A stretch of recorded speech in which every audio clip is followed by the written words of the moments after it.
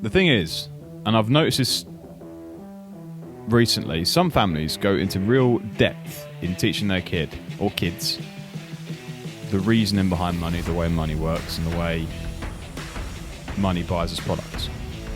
A lot of people just don't understand that or teach that to their kids either, right? I mean, you give your kid a fiver that you've earned. They run to the shop, they see a price of $4.99, they pick it up. It's done. They've just got a treat for $4.99. If they have to earn that £5, they're going to have a completely different prospect of money because they've had to work to earn £5. Warren Buffett, all these people, they were almost... I know nowadays they're philanthropists and they give back and they're like, got a very balanced life and it's fantastic. Mark Zuckerberg, Elon Musk, all these people, Jeff Bezos. But at one point they were obsessed. Yeah. They were so driven and dedicated to getting to where they wanted to be that's why it worked. Yeah. So I think that's finding success, and we're here to help break the monotony of your life and help you find your own version of success. Welcome back to another episode with me, Alex. And me, Adam. How are you doing, mate? Are you alright? I'm good, man. How are you? Yeah, good, man. It's we're well in December now. Everyone's doing the Christmas shopping. We're like wrapping. I sat there wrapping some presents the other day, and it's like, what is going on wrapping here? Presents? You? Would you just wrap tinfoil them? No, I don't do that until like the 23rd. Mate, you gotta get very prepared and all that. You know what I mean? Because then I can just like, chill. If I'm rushing around, smashing it out, then I'm like, I need to do everything else. I need to do this, I need to do that. If I just wrap the presents now, and put the dingers on them, put the name tags on them, I can put them away and be like, right, I can do whatever I need to do, rather than I don't like rushing. I'm not a rusher.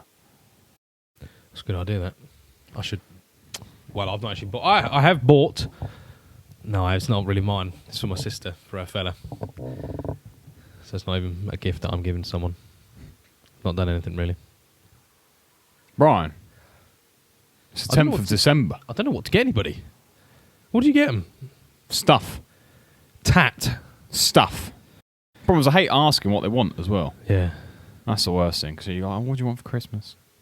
Like, well, I'm going to get you that. And now you know what you're getting. You know what you can do, don't you? You give them a lifetime subscription to the Find Us It Says podcast. Ooh. Then they'll be like, yeah. That's basically like giving them a winning lottery ticket, Adam. Yeah, that is right. That is right.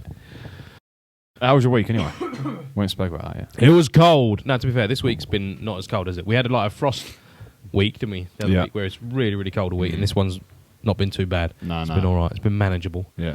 I've had COVID. Ugh. I thought I'd tell the world. Don't give me Lurgies. How many? Everybody's had COVID at the minute. Everybody. I reckon around, there's very few people on the planet that haven't had COVID. I know one person that hasn't had COVID, and that's it. Who? Well, two people. Sorry, two people. That's it.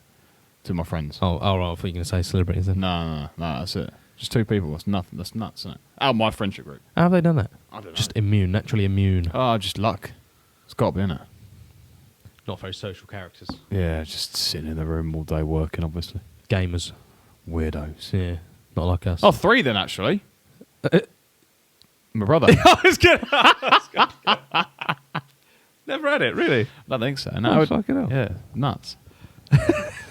Anyway, work This week. Yeah, work week. Yeah. It was better than last week. Good. But, I didn't let the COVID get me down too much. Yeah, that's right. Shook it off.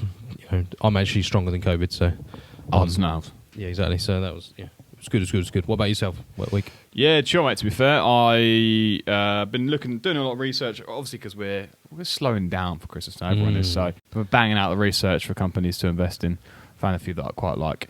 India, at the moment, just hit 4 trillion market value. Banging. I think as a nation, superpowers, future superpowers. Just below economically. Hong Kong now, aren't they? So, in the rankings, so we should see... what, GDP, like? Yeah. Okay. Gross. Interesting. So I was also watching a young lad talk about Africa as a continent.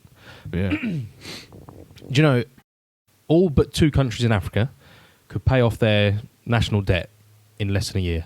Really? Whereas people like Britain, in fact, we're one of the worst. We have 80%, 84% of our GDP per year, we're in debt. Yeah. So everything we make in a year, over 84% of it. And that's billions and billions. Like, we're an impressive... We do make a bit. We're not as much as we used to, but we make a bit. And we're up to our nuts and guts in debt. It's not good. But all but 2 countries in Africa aren't. And they have resources that Europe can only dream of. Well, salt and stuff like that, isn't it? Out there? So all the yeah, exactly. All the gold minerals just and hitting all the irons time that we high as want well, to isn't it? dig up. Yeah, they have lithium mines out there as well. Yeah. They've got all the resources they need. They just need to get a little bit. Do you know what two countries they are? What's Do you that? remember them? The Africa dingers. No, he didn't No. say. No.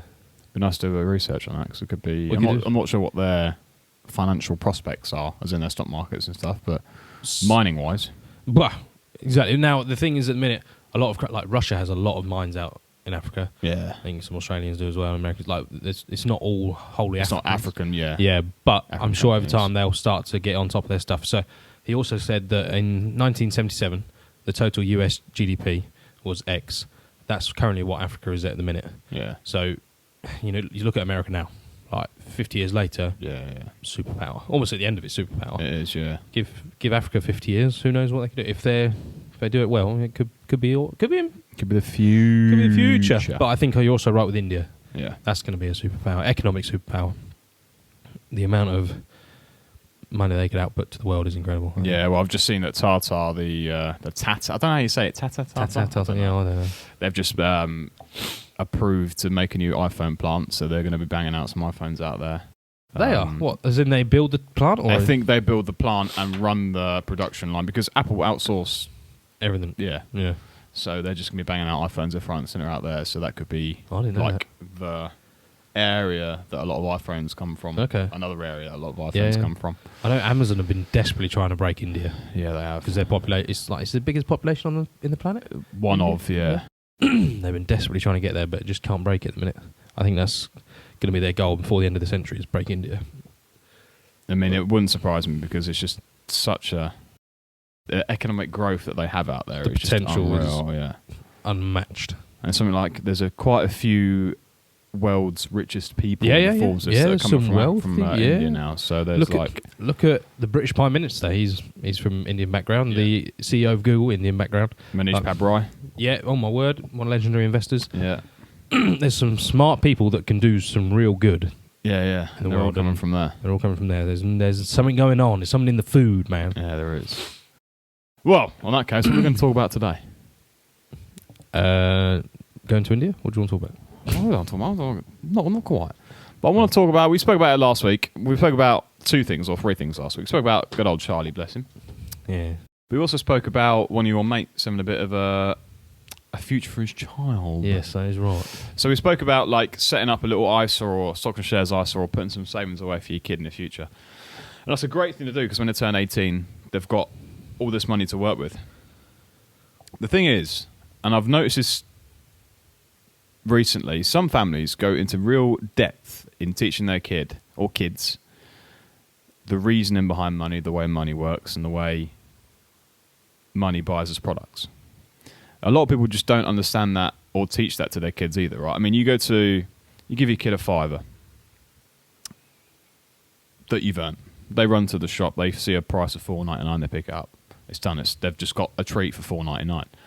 If they have to earn that £5, they're going to have a completely different prospect on money because they've had to work to earn £5. Kid's dad at judo. He makes them do chores around the house, and they get a certain amount of money for each chore they do. The higher value chore, the more money they get. The lower value chore, the less money they get. It could be cleaning out the gutter. If it's a hard thing and it costs them a lot of time, but it's a very simple task, they're going to earn a little money for it. If they have to write an Excel spreadsheet for their dad on shopping for the next week, it's a high value task because it saves them a lot of money because they're shopping around different prices. They're going to earn more money from it. So the way he does that is really, really smart. He teaches them early on. Does he get him to do that? Yeah. Does he? Yeah. Do generally- spreadsheets? Yeah, like cleaning floors, No, no. really like a low value Mundane. task. Yeah, it's just labouring work. Yeah. But stuff like, I don't know, name a high value task that you do in your house every day. Not washing, but something else. I don't know. say cleaning is quite high value to me. But Cooking dinner. okay, yeah. Say if you're a decent chef, Yeah. you can earn decent money. Mm. So the higher the value of the food that they cook, the more money they're going to earn. So the value of the food is already there. The value's in the oven, the fridge, or whatever. They can take a pick and say, all right, today, Dad, I'm going to cook you spaghetti bolognese. So it's Depends how good it is. If it's a good dish, it's all right. It's worth a bit of money. If they cook me bloody ravioli or caviar or something, banging. Like, it's going to pay more money for it because it costs more Did money you to put make. ravioli and caviar? No, you know what I mean. Just saying. Just give them some instance of it. But but all I'm saying is the high value they do, the high value tasks that they do, the more money they earn for it.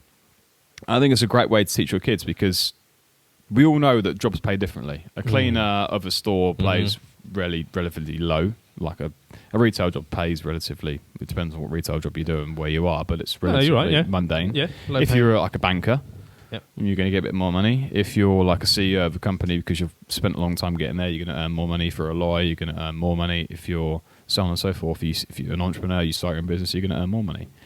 So these little things, these little wins that you can teach your kid, that the value of high value tasks that they do will earn them more money,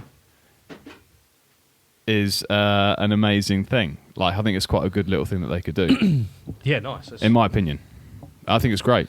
Yeah, that is. I don't know how else you put value on top of roles in the world. I don't know. I've not really done it. I've not got kids myself, so I don't really know how to do it. But I do know a lad that I work with in the 9 to 5 has kids, and we were talking about him. He says they're obsessed with money, like cash. They just want to see it. Like they'll.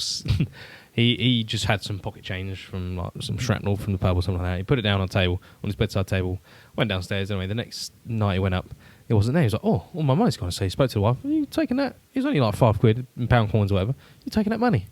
She was like, No. He was like, "Oh, one of the boys got it." And he goes up to his lads and asks him, "Anyone taking that money from my bedside table?" And one of the little lads goes, "Yeah, I did that." It's like, "That's theft. You better give it back to me right now." "Oh, I can't. I put it in he put it in his money jar already. Like, you have to break it to get it open and stuff like that." So he made him do chores because he'd stolen £5 or whatever it was. He made him do chores to the value of £5. So I thought that was fantastic, you know. And the kid's like desperate to save money. You know, I was like, that's amazing. He's done something quite well there to bring up his children. And then a couple of days later, we have another conversation about his lads. It was very recently actually. He was asking what they wanted for Christmas or what they want Santa Claus to bring him. He's like, "Do you know what, Dad? I just want cash." And I'm like, wow, like they just want to save more cash. That's incredible. Like, that's a kid. You know, you can have a PlayStation, you can have a whatever it is on TV that are selling these days for kids. It's like, what's going on? That's incredible for a young lad just going, "I want money." How old are the kids? Just I think one's roughly 9, one's 6, or they're nice, mega. Yeah. Cool.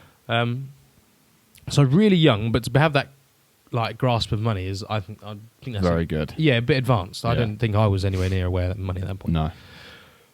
Or if you had £1, you'd go get 100 penny sweets. You know, yeah. Like, that's all we did. Like, £1 wasn't most you ever got.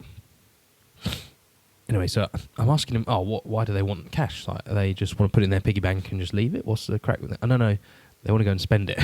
They enjoy going to Tesco's, getting whatever, it doesn't matter what it is, and just giving the person money, and then they get to walk out. They like the transaction. Yeah. I was like, that's a different kettle of fish. That kid is not. I thought he was on the road to like being a very wealthy man, like very smart with money, but actually he's just enjoying the transaction with the cashier, you know, wanting to give the money over or putting it into a machine, and then he can walk out with this thing. Doesn't matter if it's shampoo or whatever. Yeah, but it's something that you can walk out with. Yeah, and he feels like, I've bought it, it's mine, and I was like, there's an issue. I mean, that's not a terrible thing because you're still teaching them that exchange in money for a product. Fair. So, like, as we did, and we still do, we pay for tutoring or for education. And, like, people all over the world still do that. I mean, look at university students, they do that just at a higher end or at a mean price. They still do that. They're still paying for education.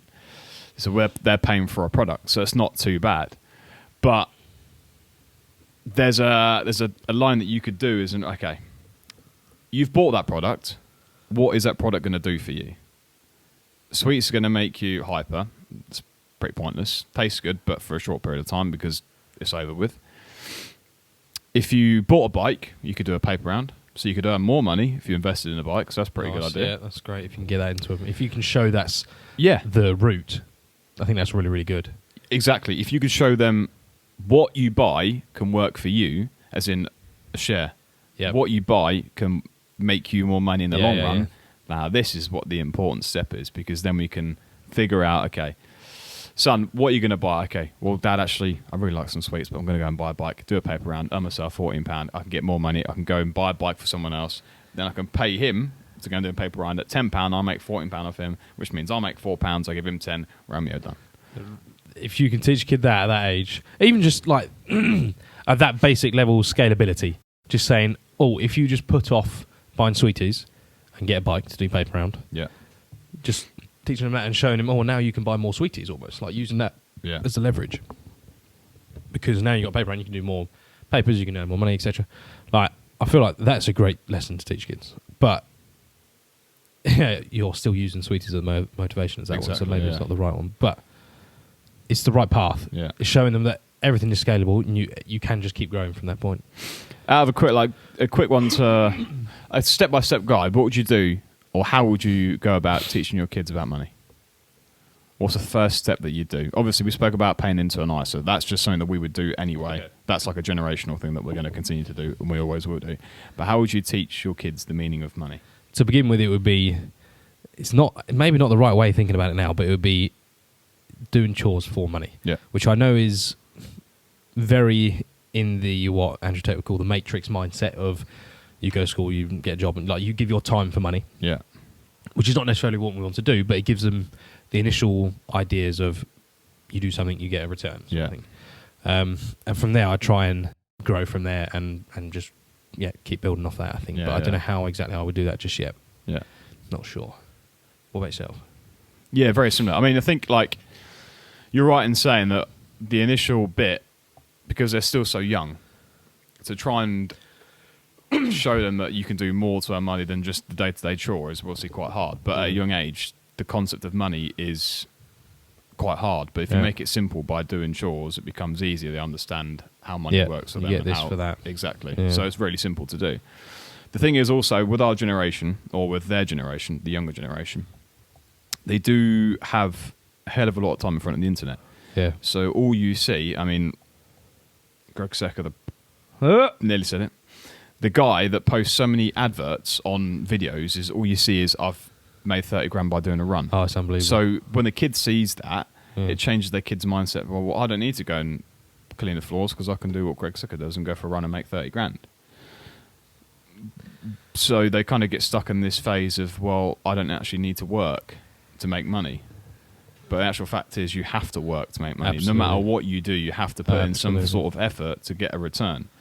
Whether you want to be an online Forex trader, an investor, or whatever, you still have to put a significant amount of work in to make a return on whatever you want to do. So, for me, granted, absolutely, standard tasks, respect is a big thing. I think respect should be paid in itself.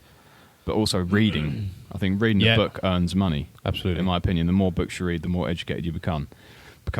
So I think even reading a book should earn a certain amount of money because they're going to learn what it is. Absolutely. If they read a 700-page book like The Intelligent Investor by Ben Graham, banging. Here's your money, mate. You've just earned 10 quid because that book in lifetime return is going to be incredible. And then working that into the future. Have you seen Jocko Willink's got kids' books? Yes, he has, yeah. Like, that's something you'd put them on, wouldn't you? Because that's about being a warrior. It's not even just financial mindset, being in control. And I think that's incredible. So I'd push them towards sports a little bit. Yes. Because I think having that competitive nature... Well, me and you grew up in sports, right? Absolutely. And so, I think it's vital. Yeah. And I just having the competitive nature, wanting to be better, wanting... like, if you look at Tony Robbins, Microsoft, Warren Buffett, all these people, they were almost... I know nowadays they're philanthropists and they give back and they're like, got a very balanced life and it's fantastic. Mark Zuckerberg, Elon Musk, all these people, Jeff Bezos. But at one point they were obsessed. Yeah. They were so driven and dedicated to getting to where they wanted to be that's why it worked. Yeah. So I think that comes from, maybe not sports from a couple of those guys, but it's easier to build that or take that from sports than it is to just develop on your own. You know. Again, there's a saying that's really, really commonly thrown around that comparison is the theft of joy. No. Comparison is not the theft of joy. Comparison is the reason to work harder. Yeah, what a way to destroy a generation. Simple. It's so common. Yeah. It says it everywhere.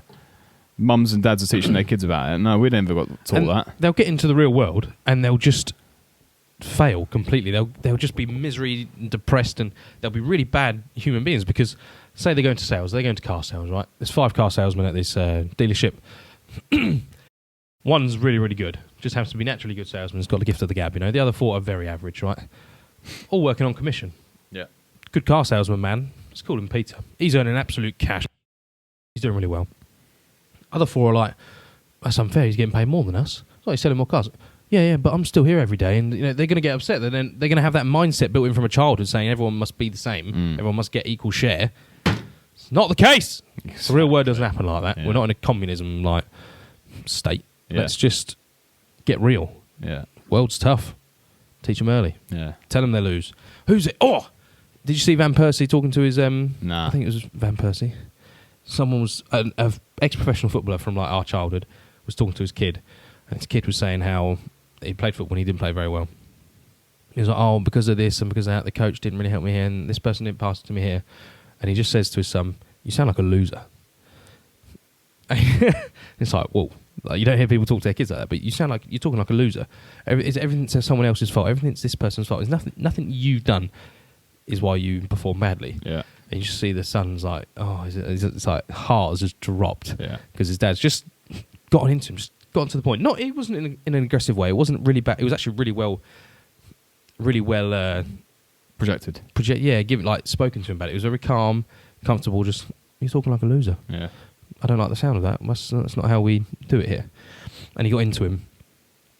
And I think we need more of that. Like, don't just say, well, did you try your hardest? And they just go, yeah. No, they don't know what their hardest is. Yeah, do you know what I mean? Don't let them get away with that. Actually, keep them in line. Yeah. Smack them. No, don't smack them. But It's tough love. It's a respect thing, right? Yes. It's a respect thing. You, for instance, Van Persie worked just as hard as anyone to be where he was, right? The reason that footballers stand out from the crowd is like the Beckhams. Have you watched the Beckham documentary? Yeah, how awesome. Yeah. Nostalgia. Like, the reason that he stood higher than everyone else is because he worked harder than everyone else. Yeah. For instance, his best mate played against him, and they're still best mates today, but he was better than his best mate because he outplayed him, he outworked him, he was more driven, he had more dedication to where he wanted to be and where he wanted to go. Simple fact is he outworked him. Absolutely. So outwork your competitors. Yeah. Simple, right? Try and get away. Chase that medal, even though they're not giving them out. Even though they're giving them to everyone, try and get that number 1 medal. Like, Yeah. teach them to want to be the best. And I have seen kids that get uber competitive, then everything's suddenly a competition. But I don't think that's a bad trait. I don't think There's it's bad much at all. worse traits out there. Absolutely. You know, you can teach the being humble and stuff as well into it, and not to brag, not to be an arse. But the foundations is be competitive, try and be the best. Like, Gotta get it done. get it done. Anything else to add? No. Facebook, Instagram, Twitter, links are down below. Don't forget to rate, subscribe, and share this podcast. So this podcast get out there, so we can help the world. Don't forget, great little tips for your kids, friends, family, whoever. Just teach them about money. Show them the prospects. Easy, anyone can do it. Change your life. Have a good weekend, guys. Take care. See you next time.